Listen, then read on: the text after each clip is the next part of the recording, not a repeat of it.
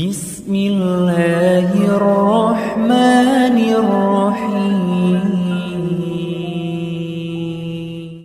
Nabi ditanya, apa kriteria wanita solihah itu ya Rasulullah? Nabi tidak menjawab yang banyak puasa sunnahnya. Bukan.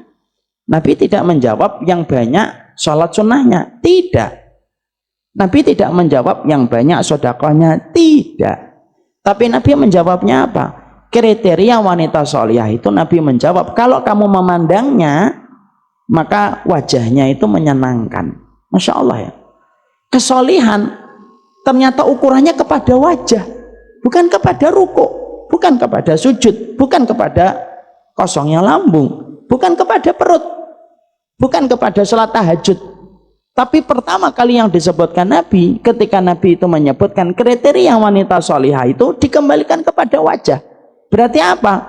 Berarti disitulah kita paham medan jihadnya wanita itu ketika dengan seluruh fisiknya bagaimana dia mendapatkan keridhaan dari suaminya.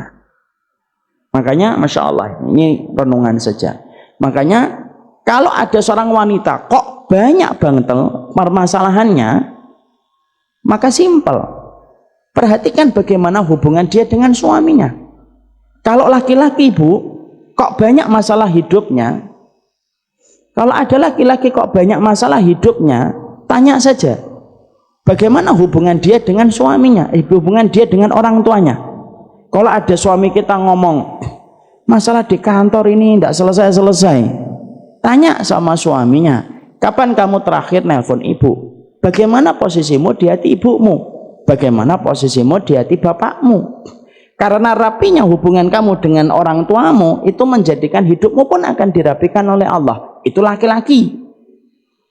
Kalau perempuan, kalau kemudian dia banyak masalah dalam hidupnya, para ulama menyampaikan, kalau perempuan itu banyak masalah dalam hidupnya, simpel, perhatikan bagaimana dia dalam posisi hati suaminya. Kalau dia mendapatkan hati suaminya betul-betul ridho kepadanya, rapi hubungan dia dengan pintu surganya, rapi kualitas hidupnya di dunia Bu. Wong pintu surga aja sudah diperbaiki sama Allah kok.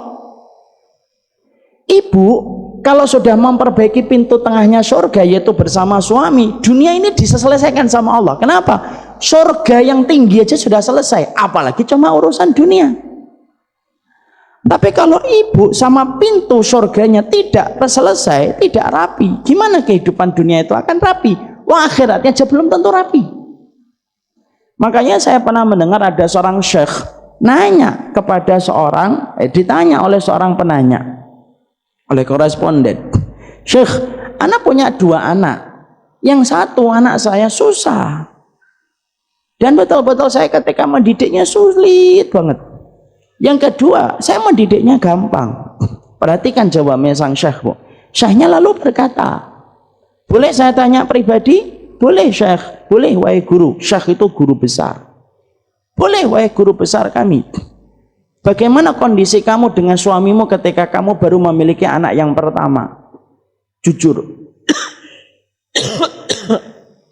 Lalu serta-merta wanita itu berkata, saya bersama dengan suami saya ketika memiliki anak yang pertama itu banyak sekali turbulensnya, banyak pertengkaran kami karena baru-baru menikah, banyak penyesuaian.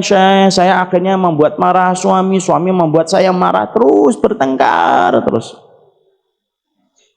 Bagaimana kondisi kamu ketika bersama dengan suamimu ketika punya anak yang kedua? Setelah punya anak yang kedua, kami sudah melewati masa-masa kritis dalam pernikahan 4 tahun 5 tahun, kemudian baru punya anak yang kedua, banyak keharmonisan yang kami dapatkan, rukun kami. Syekhnya lalu menjawab, disusahkan kamu mendidik anakmu karena pada saat itu kamu tidak mendapatkan ridho suamimu. Dimudahkan kamu mendidik anakmu yang kedua karena kemudian Allah sedang mudahkan. Karena apa? Karena kamu mendapatkan keridhaan dari suamimu. Jadi ternyata keberkahan wanita sebelum menikah sama ibu dan bapaknya, tapi keberkahan wanita ketika sudah menikah itu kepada suaminya. Maaf ya Bu, jangan-jangan ada penyakit yang tumbuh di hatinya kita, tumbuh di fisiknya seorang wanita, itu juga mungkin salah satunya karena mungkin dosa dia kepada suaminya. Makanya sampai-sampai di dalam syariat Allah itu memuji seorang wanita. Siapa wanita yang dipuji oleh Allah? Bukan wanita yang banyak sholatnya saja, bukan wanita yang banyak puasanya. Allah memuji wanita bukan hanya wanita yang panjang jilbabnya saja, bukan. Allah memuji wanita yang bukan hanya bercadar saja, bukan. Tapi termasuk wanita yang dipuji oleh Allah sampai dijanjikan surga, yaitu adalah wanita yang diceritakan oleh Rasul. Kalau dia lagi bertengkar dengan suaminya, maka dialah yang meminta maaf. Terlepas siapapun yang salah, dia minta maaf dulu. Lalu dia letakkan tangannya di atas tangan suaminya, sampai kemudian dia berkata, la adzuqu ghamsan hatta tarda. Kata Nabi, saya tidak akan mencabut tanganku sampai kamu ridho. Ibu-ibu pada senyum. Semoga Allah mengampuni dosa-dosa ibu semuanya. Saya akan menjelaskan ilmu. Makanya habis dari sini, nanti kalau ditanya suaminya, belajar apa Mi? 175 jalan ke surga. Apa saja yang dipelajari? Banyak Bi. Suaminya jawab, kamu tahu nggak? Jalan ke surgamu itu deket. Siapa? Nih. Tuh, kalau ada suami kayak gitu sabar. Berarti dia tahu ilmu, mengingatkan istrinya dengan cara yang baik. Kecuali ibu, kecuali suaminya berzina, suaminya minum khamr, suaminya tidak sholat, suaminya mengkritik Al-Quran dan As-Sunnah, suaminya kemudian jadi dukun, suaminya memusuhi Allah dan Rasulnya. Ibu pisah, itu lebih baik. Ada suami saya berzina Ustaz, pisah. Terlebih kalau suaminya tidak ada komitmen untuk bertobat. Kalau ada komitmen bertobat, ibu disuruh, diberikan pilihan oleh Allah. Satu, untuk bersabar menemani perjalanan tobatnya suami, itu lebih baik. Dua, memilih pisah, dan itu tidak disalahkan dalam syariat. Minum khamr, membunuh, memberikan makanan haram untuk ibu dan tidak pernah berhenti untuk memberikan makanan haram untuk ibu. Kalau semua dosa-dosa besar itu dilakukan, ibu diberikan pilihan oleh syariat, neruskan atau berhenti. Kalau kesalahannya, kekurangannya cuma masalah kurang ngobrol, di rumah sering main handphone, kalau nutup kamar mandi lupa,